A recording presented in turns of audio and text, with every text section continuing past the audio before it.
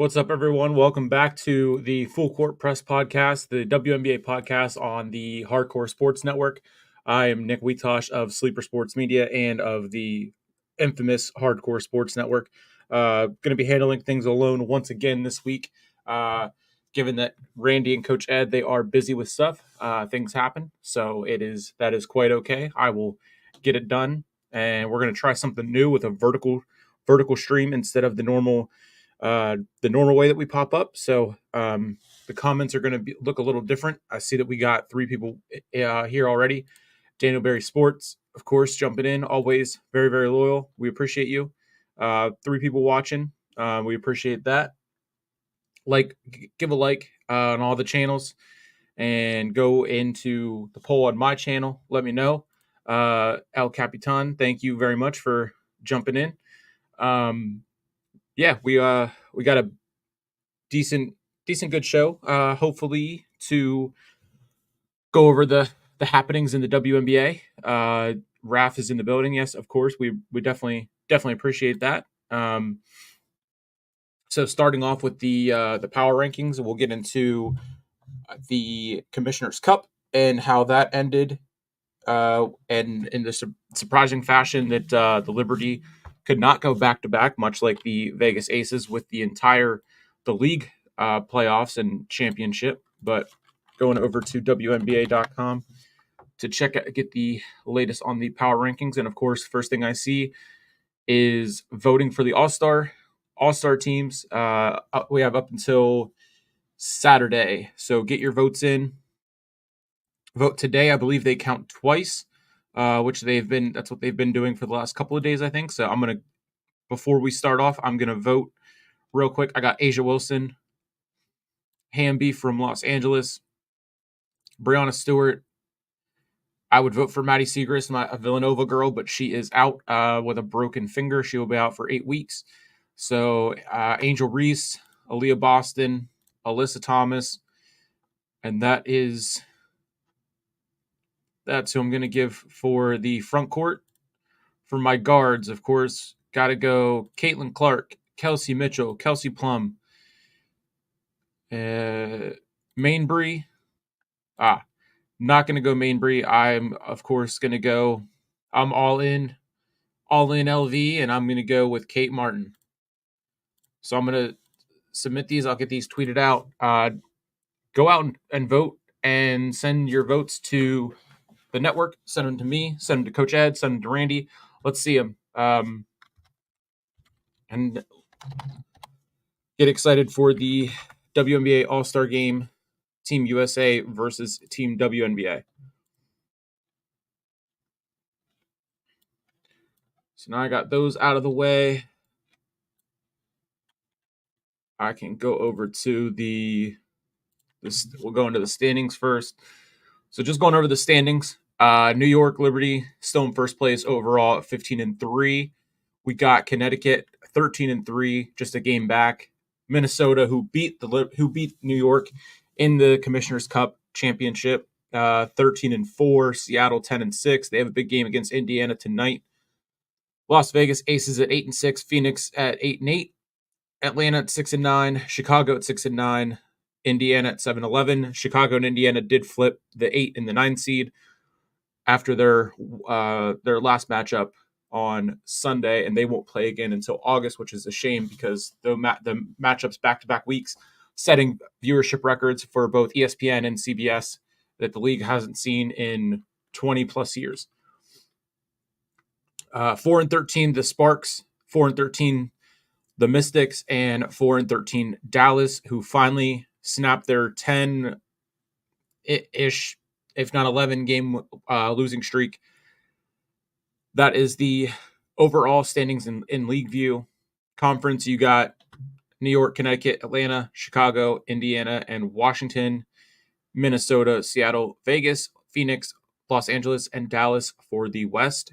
And going over to the Commissioner's Cup, of course, like I said, the Liberty lost to the Lynx in the UBS Arena, 94-89. I didn't get to watch much of the game, but I did see all the celebrations and whatnot. It's pretty cool that they do this with the in-season tournament type, just like the NBA did. Some NBA news while we're why bring that up. Bronny James to the Lakers. We now have a father-son duo in the NBA. Don't think it's ever been done before.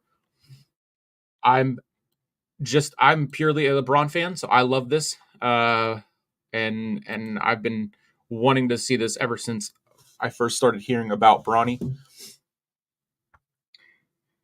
So that was the rankings, standings, and overall. Let's find the WNBA power rankings for this week. ESPN updated 3 days ago. Minnesota Lynx, they're on the move. They went 3-0 last week, so they did jump the Liberty to the number 1 spot in the ESPN WNBA's power rankings. New York went 3-1 last week. Their one loss was Tuesday in the championship of the Commissioner's Cup.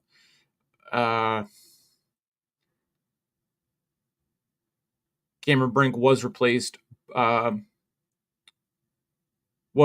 Team USA, the 3-on-3s, with her ACL injury.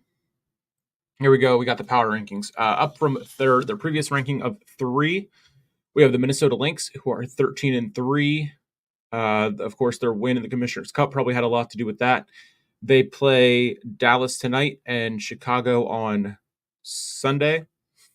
The Lynx are 8-1 in June. Only loss coming to a buzzer beater 3-pointer to Phoenix after 3 victories at home last week against Dallas, Atlanta, and Phoenix. They go on the road for a 4-game span, which included the Commissioner's Cup Finals.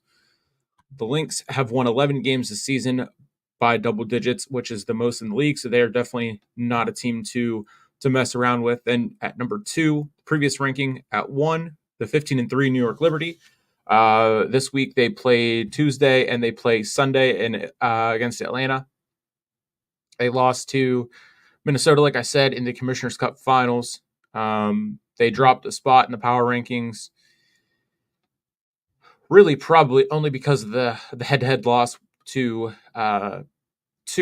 Minnesota, which is no worries, because I believe, like I said, New York is still first in the standings, so that nothing to be concerned about for them. They'll bounce back, as they do. When they played Atlanta, they beat them 96-75, and Sabrina scored 26 points, 11 assists.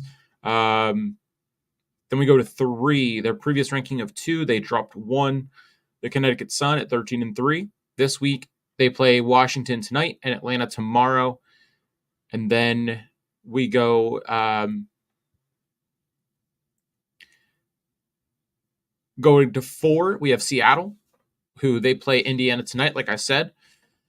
They are 10-6, so they were at 4. They stayed the same. They got Indiana tonight, Dallas on Saturday. The Storm 1-1 last week, lost to Vegas, and a win over Connecticut.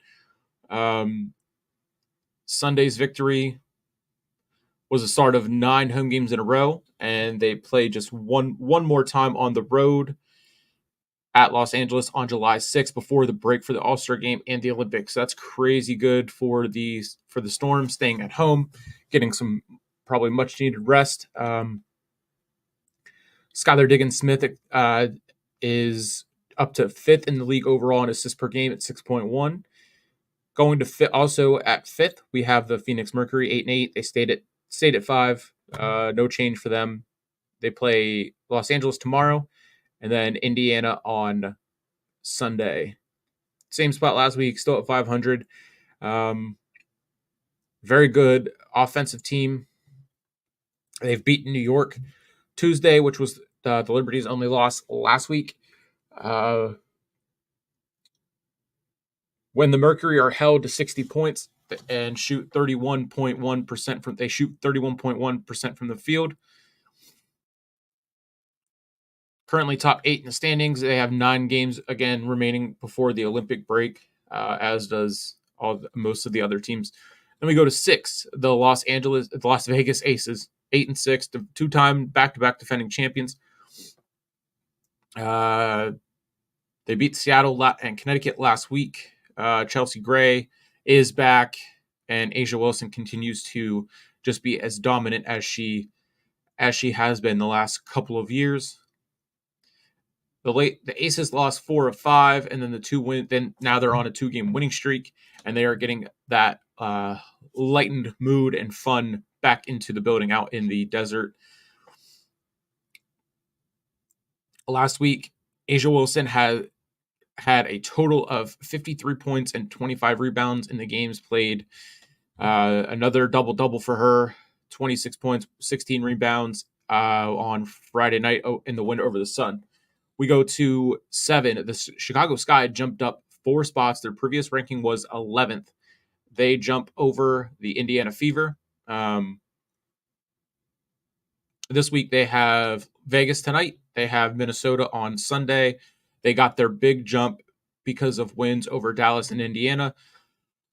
And other teams like Atlanta, Los Angeles, and Dallas, who are all at the bottom 3 of the rankings in the league, they are definitely struggling. The Angel Reese, 41 points, 34 rebounds. Camila Cardoso, 25 points, 21 rebounds. Their best week by far. Kennedy Carter also had 42 points in 2 games. They've been the game Sunday against the Fever.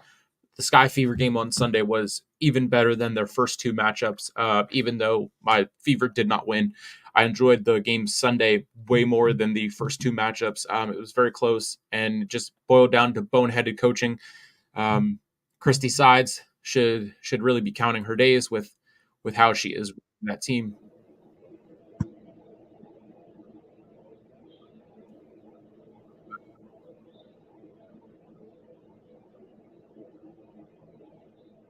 What's up, Earl? Hello. What's going on? Nothing much. I thought I would pop in and say hello, give you a surprise. Oh, well, I'm very surprised. I was in quite the groove, and then all of a sudden I just see it pop down in the corner because I had a screen over my screen, and then all of a sudden I hear a pop, and I'm like, what in the world? Yeah, we are talking some WNBA. Well, I'm glad about that. I'm glad that you're doing good and your power is back because I was concerned for you last night. Yeah, it's about time. It's about time. Yeah. Well, good. I'm very glad that you're doing well. I just thought I would just pop in and say hello and give my support to you. And I'm getting ready for the wrestling experience in a few minutes. Gotcha. Yep. So I just thought I would. Yes. I will have that pulled up, and I will be lurking in the chat. I can't pop in at the same time, like you just surprised me, but I'll definitely be lurking in the chat, and I'll have to tell Mitch to go in at about 13 minutes and have him record, like clip it to where you just jump in and surprise me, because I think that'll be really fun. We can put that on the TikTok and whatnot for the network and everything like that. But that was awesome. Yes. Yeah, you just never know where I'll pop in, from the north, from the west, or the east. At least there wasn't any glitching on my screen like Uncle Howdy or anything. That would have been really funny. Uncle Howdy, don't you dare, Uncle. Oh, that would have been great. That would have been really, really great. Oh man. Let me ask you some ideas. Go ahead. Yeah, let me ask you a question before I leave. What did you make of what happened with Liv Morgan this past Monday night when she screwed R-Truth and The Miz? Hey, I mean, R-Truth shouldn't have called her Carmella. That's plain and simple. He got what was coming to him. And yeah, Liv is going to do what Liv wants to do. She's on top. And I think she's working well on her promise to take everything from Rhea Ripley. And yeah, I'm excited to see how that continues. Yeah, well, I'm very curious to see what's going to happen and what the fallout is going to be this Monday night as we do the Go Home show. As you know, we're going to do the Go Home show on Monday night, and we're going to be in Boston, and it should be an interesting. But I'm looking forward to tomorrow night's SmackDown. and of course, the Bloodline segment, that big Bloodline segment inside Madison Square Garden. I can't wait to sit there with that. Yeah, and here comes Heyman and the Daddy, and here comes. Oh no. Oh man. Miss Nick, have a good show. I'll see you later. Thank you, Earl. That was awesome. All right, so we got also a little bit of some wrestling recap and whatnot inside the full court press. So it is definitely a full court. We cover and press on everything. Um, that was awesome. Back to our power rankings. We got the number 8, so they stayed the same. There was a couple different ones that came out, so I didn't know where Chicago was officially, if they were at 9 or if they were at 11. I mean, ESPN said they were at 11, so they jumped 4 spots to pass Indiana. This week, Indiana, they are 7-11, so they got to get back on. They were one point, one basket away from a 5-game winning streak and really getting back into things. So it just, like I said, came down to boneheaded coaching. Christy Sides, better watch yourself. I mean, this just can't continue. They go and release Celeste Taylor, who has attempted one shot officially with the fever, and then ends up getting released. So it's just crazy. And then of course there was videos surfacing on Twitter with them running practice at the end, and I always get them confused. The player that was not able to catch anything from Caitlin, I can't even think about it. I've seen the video circle and circle and circle around Twitter. Now I can't find it, but just an awful looking play and development of their final minutes at practice. Just continues to be defended. The sloppiness of the play with Caitlin, that she goes to make a great pass, no look pass, and everything like that. And her IQ is so strong, and she is playing and dishing the ball out to just no one that can make the plays for her. So, like I said, Caitlin this week, 51 points, 26 assists, 22 rebounds, and 8 steals in 3 games. And their loss was to Chicago. The Fever, they went on to beat Washington and Atlanta last week for the 3rd and 4th victories in this span. And this is something the entire franchise in 25 years has not done since 2015. Then on Sunday in Chicago, they had a 15-point lead at one point, and they let that slip and ended up losing by 1. And Caitlin Clark they didn't draw up anything for Caitlin in the final 3 minutes of the game. So I don't know how that is excusable. I don't know how that's happening in Indiana, but Caitlin can say everything she wants to say and be the good teammate that we know she is. But it's unexcusable at this point, and we really got to see something change. That is 8 and the Fever. We go to 9, the 4-13 Mystics, which is crazy because it feels like just yesterday they couldn't win a game. They stayed at 9. This week they play Connecticut tonight. They play Vegas on Saturday. They added two more wins after starting 0-12. They now have 4 more losses than Atlanta, but are still ahead of the Dream in the power rankings based on recent play. I'm assuming that means head-to-head.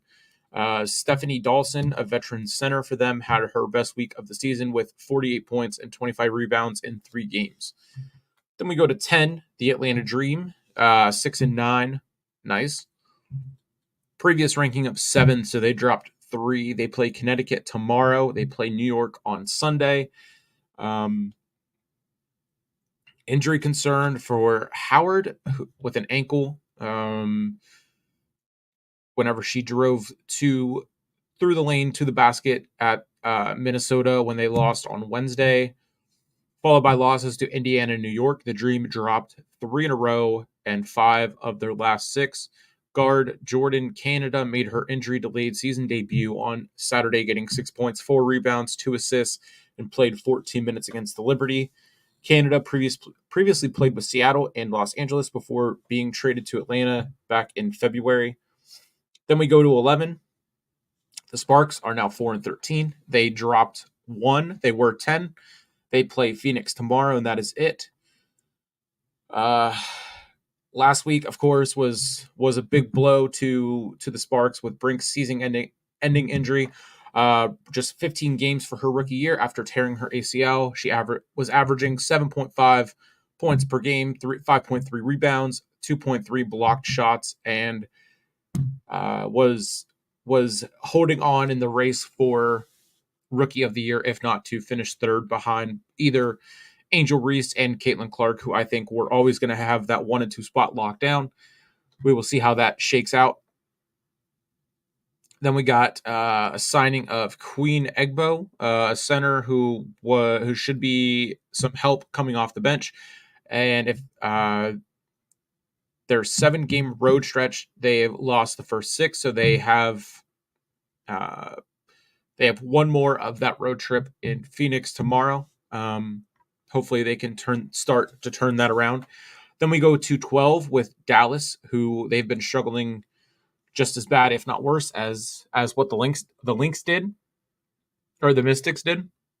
This week they play Minnesota tonight, probably playing right now, I do believe, as I was checking scores for a minute while Earl jumped in and joined us. We have Seattle on Saturday. The Wings lost 4 games in a row last week.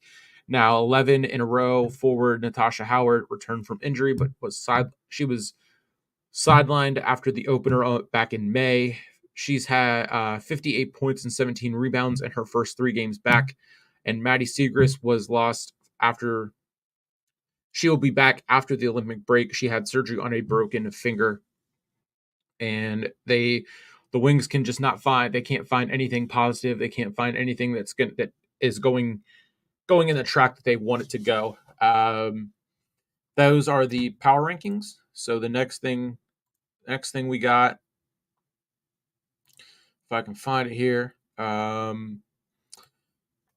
got another topic. I just have to pick, and I have to decide what that would be. So usually we do the weekly score rundowns third, but we are going to do this now. So I'll start with the current games going on right now.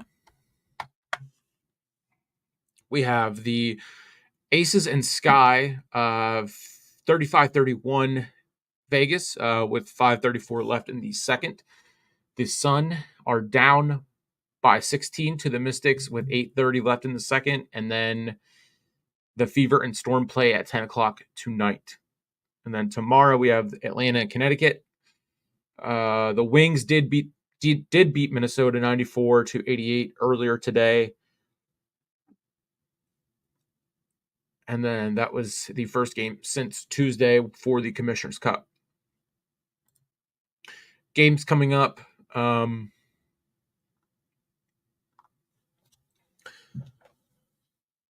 Let's see. Games coming up. The Commissioner's Cup is now over, so we go back to regular season, regular play, whatnot like that. Can't stand WNBA.com. Every time I want to check something, I have to scroll through the schedule. Here we go.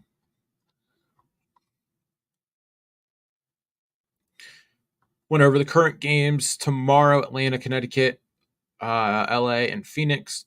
Saturday, Vegas and Washington, Dallas and Seattle. Sunday, big slate of games on Sunday: Atlanta, New York, Minnesota, Chicago, Indiana, and Phoenix. I could possibly do a watch along for the Fever and Phoenix game that is at 3 o'clock, thankfully, and not a late game, given that is Forbidden Door. which I'll be live posting for and not joining the network for the watch along. Then we go Monday, Connecticut and Phoenix, Dallas and Seattle, both at 10 o'clock games. That's still crazy that we have two games and they're both at 10 o'clock. Then we have Tuesday, July 2nd, Minnesota, New York, Chicago, Atlanta, Indiana, and Vegas. That is going to be a fun one. I could definitely possibly do that. I believe that's the one that was moved to the T-Mobile Arena, and not their first matchup earlier this season, where Vegas did come away with a win. It's going to be cool to see Kate Martin and Caitlin back again on the same court. See them in a even bigger venue that is on ESPN at 9:30, and then Washington and LA at 10. July 3rd, Phoenix and Dallas, and then July 4th, 2 games both on Prime. One at 8, Connecticut, Minnesota, Washington and Vegas at 10. That is, they are back in the Michelob Ultra Arena. And then Friday, Atlanta and Dallas, Vegas and Los Angeles, Chicago and Seattle. And that is where I will leave off with the weekly score rundowns. Now we're going to go over to team time, so I can talk more about my Indiana Fever and how they're doing. I mean, they've turned it around. That is for sure. It's still tough to watch, given that, I mean, they just, like I said, are defending the lack of the sloppiness and whatnot. It's definitely tough to watch. It's tough to watch them just not care of what they're doing to Caitlin and the start of her career. I'm gonna try and find that video so I know who it is, because I always get. Let's see. So it looks like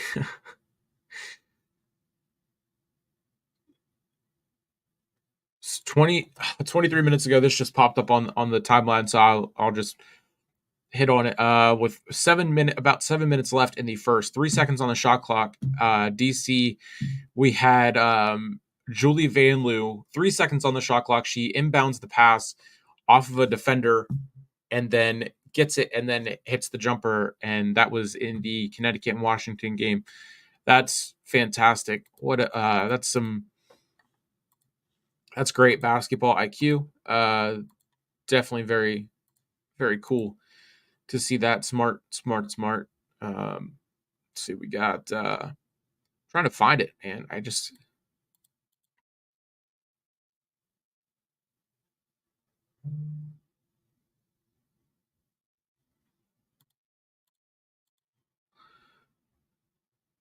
also sparking on Twitter currently is apparently Caitlin Clark.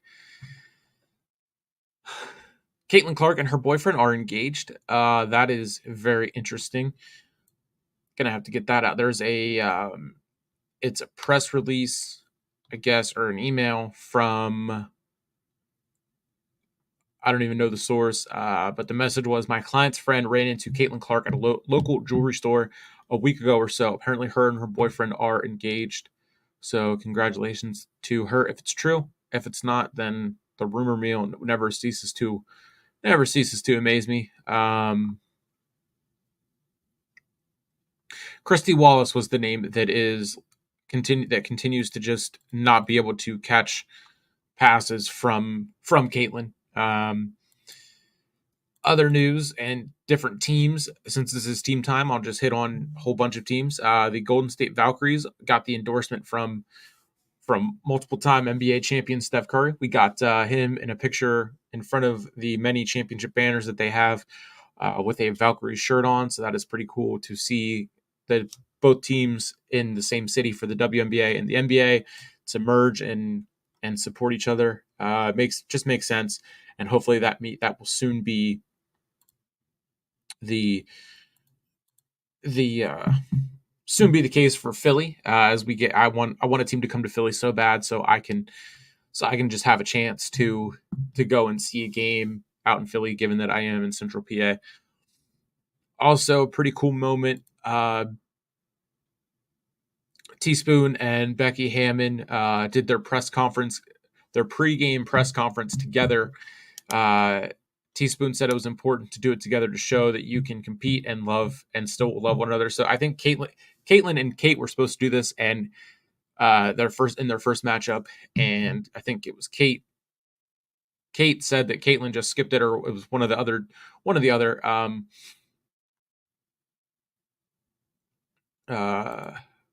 Bronny James. Apparently, someone was asking Bronny James the question that, of course, is going to be asked, given something about him getting drafted because of his dad. Bronny, this is a serious business, and I don't think there would be a thought that I'm just drafting this kid because of his dad. I mean, yeah, he should not have to. Should be the best time of his life. He should have to be answering stupid questions like that. Seeing a clip from the Vegas and Chicago game. No caption, so I don't really have the context for it. There's a new Caitlin Clark Gatorade banner up at a Marriott in downtown Indianapolis. Deserved. Looks like Indiana will be donning their. Oh no, they're not. Never mind. Some really, really cringeworthy action that I've been seeing on Twitter, for me at least. I don't know how Randy and Coach Ed are going to feel about this one. I wish they could have been here so I could bring this up, because I saw it earlier this morning whenever I was scrolling on Twitter before my phone died when my power was out. WNBA fans are now starting to get the term MNBA, for Men's National Basketball Association, trending, and they're starting to make it a thing, and they just got to stop. It's cringe, and it's no wonder why this league was never taken serious before this year, and even last year, and before Caitlin Clark and this draft class arrived. It's ridiculous that that's even a thing. Why does it got to be a thing? It shouldn't be. Fever head into Seattle with the upset on their minds. I mean, as they should. That's from Dice City Sports. Kate Martin comes off the bench and drained a 3. That was 9 minutes ago. So the 8-minute mark in Chicago. Chicago is up on Vegas 29-25, or 29-28. That was 9 minutes ago. So that could be, of course, be different. I'll have to check on that here in a minute. On the New Heights podcast, Jason Kelsey did mention Caitlin Clark as one of the names to eventually be the name associated with the sport, like Michael Jordan with basketball and all the other names that he said. And he said, Jason said that Caitlin will join that list, and I fully agree with that one. Let's see.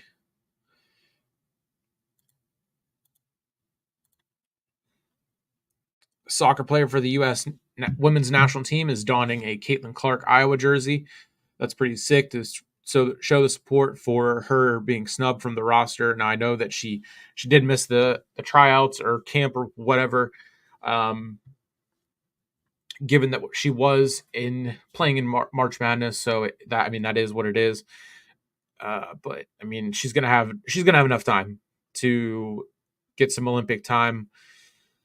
It's not that big of a deal. Everyone's making it out to be more of a deal than what it is, which is not shocking given the fact that Caitlin is not going to be a pawn for the WNBA and all the controversy, and whenever it comes to it being about everyone making it a race thing.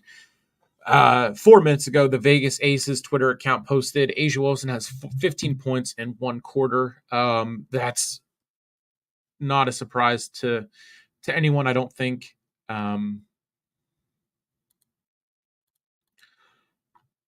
Let's see. I'm trying to think of what else there is to cover and whatnot.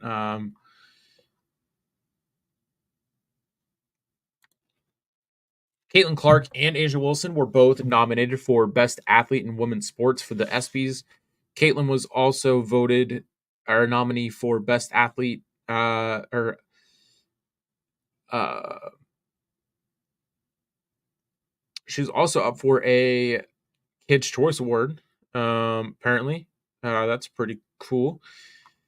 She was also up for another award. Won the college women's athlete or the Honda Cup or something of that nature. This was earlier this morning, so I'd have to go back and look it up.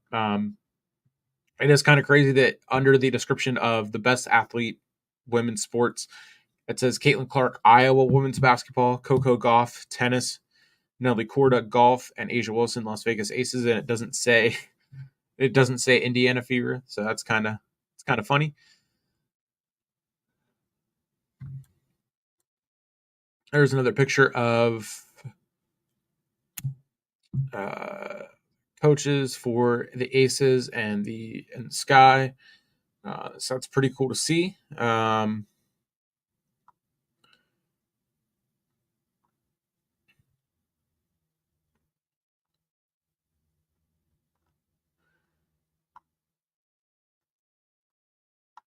There's no other stuff. This might be a shorter episode. I mean, we've gone from team time into other news and a Q&A. So if there's anyone that has any questions or anything they want to talk about WNBA wise, let me know.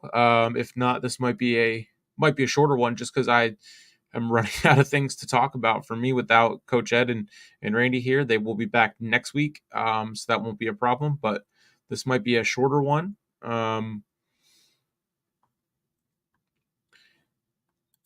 Given that there hasn't really been much going on other than, like I said, Bronny to the Lakers. Earl joined in.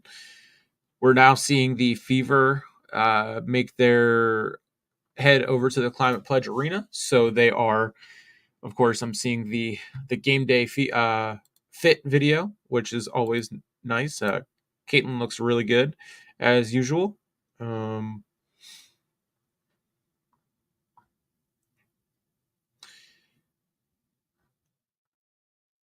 Yeah, that might just do it.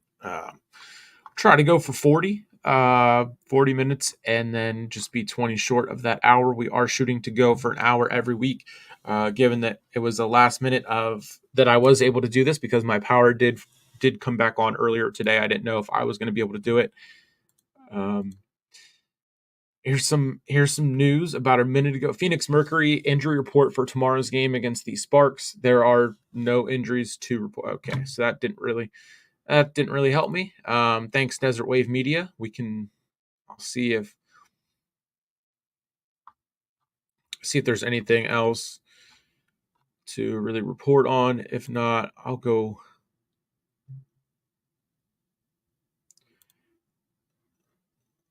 All right, let's see. So Angel Reese and Caitlin Clark, they made history yet again together on Sunday.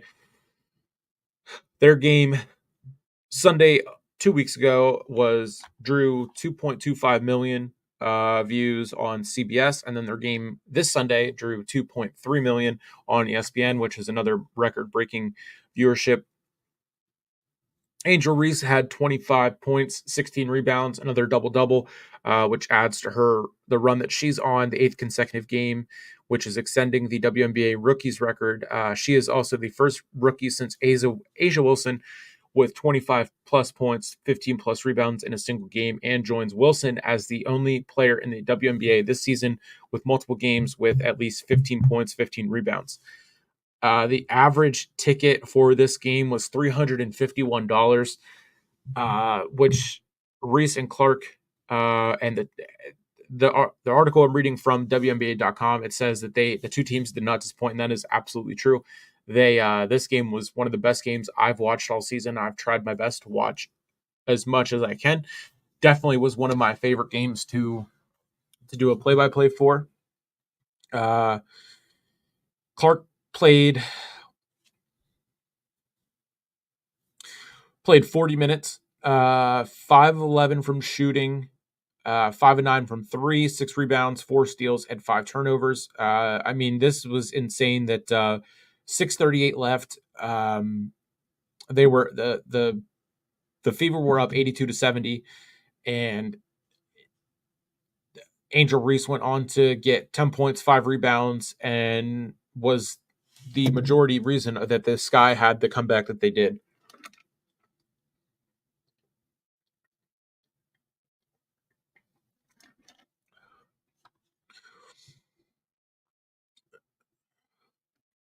Had an offensive. There was a moment where she had an offensive rebound and was fouled as she made the putback to made the free throw and tied it with 82 with 3 minutes to go. And then at that point, I don't think Caitlin had a chance to do anything for her team. And I mean, 88-84 with 27 seconds. And this was the play where they inbound to Aaliyah Boston. She got the ball. She was looking around, and it looked weird in real time that I just didn't know what was going on. And then I saw another video where she she made the shot and got it to within one, they called the timeout, and Boston was furious because someone wasn't doing what they were supposed to do. Mitchell scored 24 points, led the Fever. Boston had 18, 7 rebounds, 6 assists. Melissa Smith scored 12, and Chicago then went on to beat Dallas 83-72 on Thursday. They have won back-to-back games following a 4-game losing streak. The Fever won the previous 2 matchups, both in Indianapolis. Clark and Iowa lost to Reese in LSU in the national championship. So I guess it's 2-2 in the never-ending saga of Caitlin Clark and Angel Reese. And then she lost to Cardoso in the semifinals, or in the title game this year. Chance the Rapper was there. Jason was Sadiqus was courtside. Yeah, this was a winnable game for the Fever. It just came down to boneheaded coaching, and I will stand by that. Christy Sides is a loose, very, very much should be on the hot seat. I know it's only her second year. She's never had head coaching experience before last year, even dating back to her coaching in high school. So it boggles my mind that it started out this bad. They turned it around, and then now all of a sudden it's back to being just sloppy and not giving the ball to our best player. So looking at the box score here, Mabry had another good game. Points.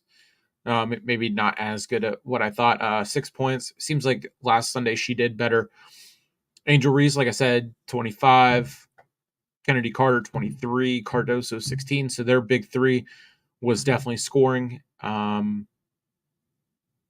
16 rebounds from Angel Reese, 10 rebounds from Cardoso. You can't really get much better than that. I mean, it's been going around that Angel Reese only gets so many rebounds because she puts up horrible shots and can't finish, and then gets her own rebounds. So I have been seeing videos that does prove that, but I mean, she had no problem finishing her shots and getting points on Sunday. She played 36 minutes. And I mean, she definitely was the better player on Sunday for sure. And it's going to be a lot of fun seeing where this rivalry goes. As Caitlin said before the game, everyone can see it as a rivalry and say it's a rivalry, but they're just going out to play another game of basketball. At least that's how Caitlin is viewing it. I mean, Angel Reese is, it's been said from many different people, and I agree. I think Angel is the one that likes to stir everything up and likes to feed into the media and everything that's said about these two being at odds. And I mean, Caitlin hasn't once responded towards her or talked about her in a negative way. It's always Angel Reese having something to say indirectly about Caitlin by taking a shot at the refs, or always taking a shot in some way. Um, I mean, it's no doubt that we're watching the whole WNBA. The viewership for everything is up, but given that Caitlin in games that Caitlin plays, the viewership is up, averages over 1 million. Every other game isn't quite there yet. So if Angel really wants to talk, she's got to just let her talking on the court do it, is what I think. Christy Wallace had 9 points. Melissa Smith had 12. Aaliyah Boston 18. Kelsey Mitchell 24. Caitlin 17. So not as big of a game from our big three as we've had in like the week or two ago, from when Boston, Clark, and Mitchell had that massive game where they all scored over 20, I believe it was.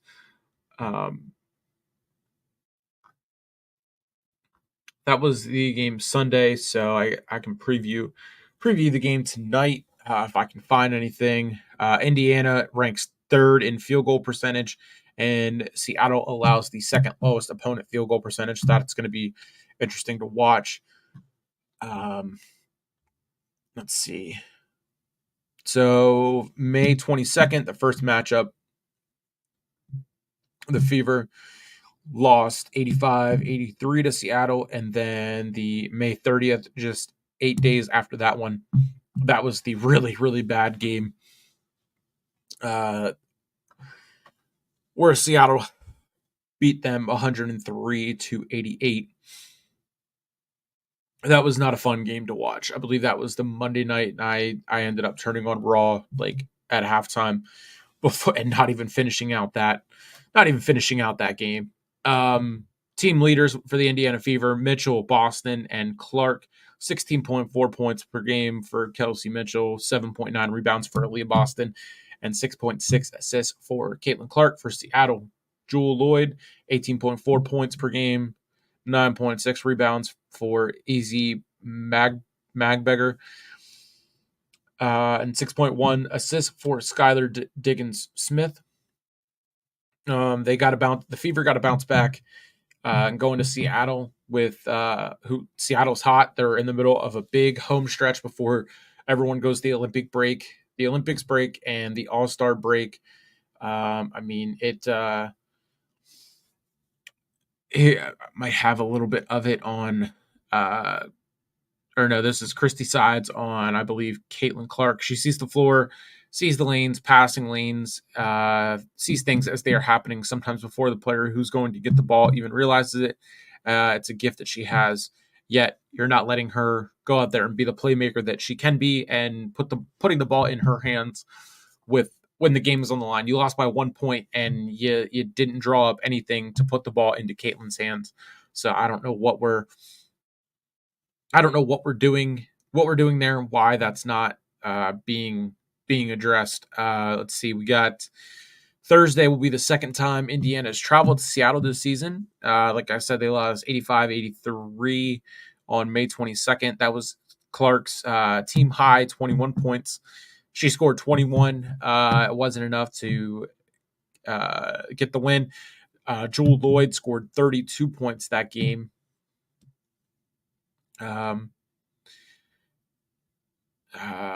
Jordan Horston defensively led Seattle with 3 steals, holding the A. This was their game against the Sun. Let's see. Already went over the power ranking. I mean, this is the game tonight will be 10 o'clock on Prime Video. Man, that is pretty late. I wanted to watch it, but that is super late whenever you work at 4 a.m.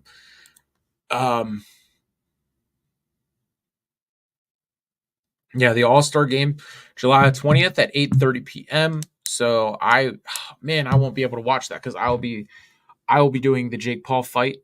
He is fighting Mike Perry on July 20th. That I'll be able to watch a little bit of the All-Star game. I might have to. I hate recording stuff, but I guess I'm going to record it The Jake Paul main card goes live at 9 o'clock, so that's when our live stream will start. We will, Mitch, myself, and I believe Randy will be bringing you the watch along for that one. Excited for that. And then, of course, in November, when Jake fights Mike Tyson, I'll be doing that one. Be doing that one again. Let's see. Try and find some more news on the Indiana Fever.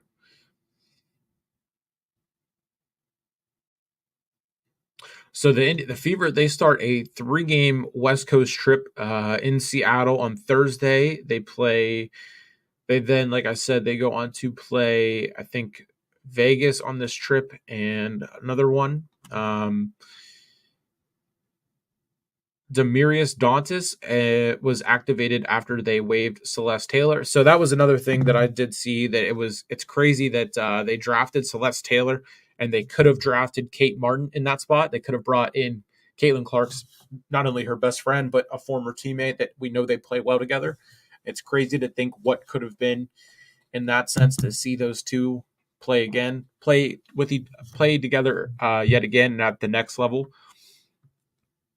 So it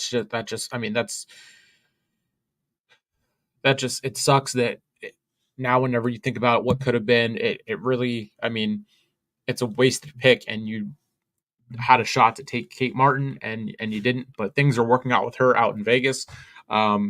She is becoming a fan favorite. I say this every single week. She's becoming a fan favorite out there in the desert. It's awesome to see. I would love to see her or Caitlin get a win it all. Hopefully Vegas can turn around and make a push as they are the back-to-back defending champions. So the schedule for the Aces, it's going to be, we got Seattle, Phoenix, Vegas, New York, Washington, Phoenix, Minnesota, Dallas, Phoenix again, Seattle again, and then the skills competition is Friday. That goes okay. So I missed over a big. So they're gonna have a month off after the July 17th game against Dallas. That's on ESPN at 7:30. The skills contest is on that Friday, the 19th, and then the All-Star game, like I said, is on the 20th. Then you have a full month off, and then August they kick off the second half of the season against Phoenix, Seattle, Minnesota, Atlanta, Connecticut, and then their final matchup of the season against the Sky. I might have to do another play-by-play for that. I'm going to try and get more in, not just do the ones where they end up playing Chicago. And then you got Dallas, Los Angeles, Minnesota. This goes into September. They play the Aces again on September 11th in Indiana, and then back-to-back matchups of that the 11th and the 13th. Aces Fever, and then 2 more games. They end the season in Washington. That would be so cool if I could get down to that game. That would be pretty sick. Hopefully at that point they are making a push for higher than the 8th seed. I think they can do it if they can get it turned around. With how they've rested up so far, and having 3 games in 11 days after starting off with however many games they had, which was still insane that a team with the number 1 overall pick had a schedule that they had, and then you have the back-to-back defending champs with the schedule that they had. It's just insane. Let's see. Asia Wilson, 13 minutes ago, Asia Wilson has 23 points in the first half against Angel Reese and the Chicago Sky. Checking in on the scores before I get on out of here. Vegas is up 46-39 at half. This was 9 minutes ago. Asia Wilson, 23 points, 9 of 14 from the field, 23 points, 3 rebounds, 2 assists, 2 steals, and 9 of 14 in the first half. Reese was mic'd up and talking before the game about her first matchup with Asia Wilson, so it's pretty cool to see those two matched up. Given that Angel has spoken out about Asia being an inspiration to her and the reason that why she plays and all of that. Again, to the two watching from my channel, thank you. Make sure you answer the question in the poll. Leave a like on this one. Go to the other 2 YouTube channels that are linked down below. Coach Ed and Randy, also the Hardcore Sports Network.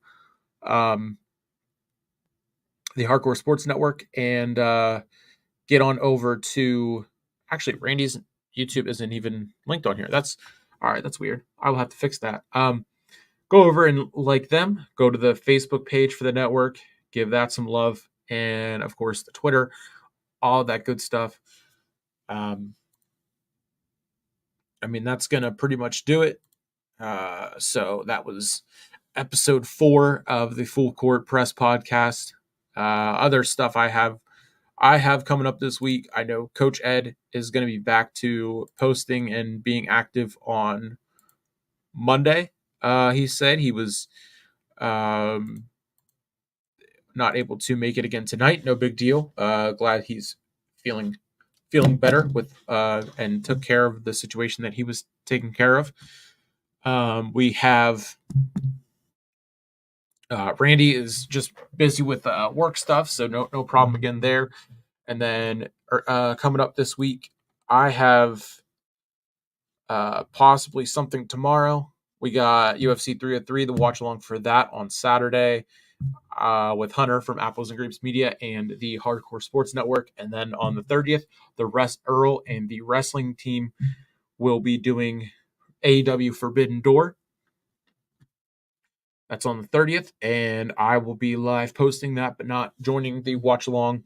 And then one of my favorite events is next Saturday. On the 6th, we got Money in the Bank, and Sunday, of course, NXT Heatwave, and hopefully in between there, maybe a play-by-play or 2 for the WNBA. See what games are intriguing to me, how my schedule is working out with what I got going on. And hopefully next Thursday for episode 5, I'm joined again by Coach Ed and Randy. It's going to be interesting to see and compare how the vertical live stream does versus how we used to do it. I just figured since I'm by myself again, I would give this a try and see how it does compared to the other way. So that is going to do it for episode 4 of the Hardcore Sports Network Full Court Press podcast. I'm Nick Weitoish with Sleeper Sports Media, Hardcore Sports Network. I will catch you next week, next Thursday, with my other 2 co-hosts, hopefully back. And if not, we will rock that solo for the 3rd week in a row. So it's Thursday. You know what that means. Full Court Press, episode 4. It's a wrap.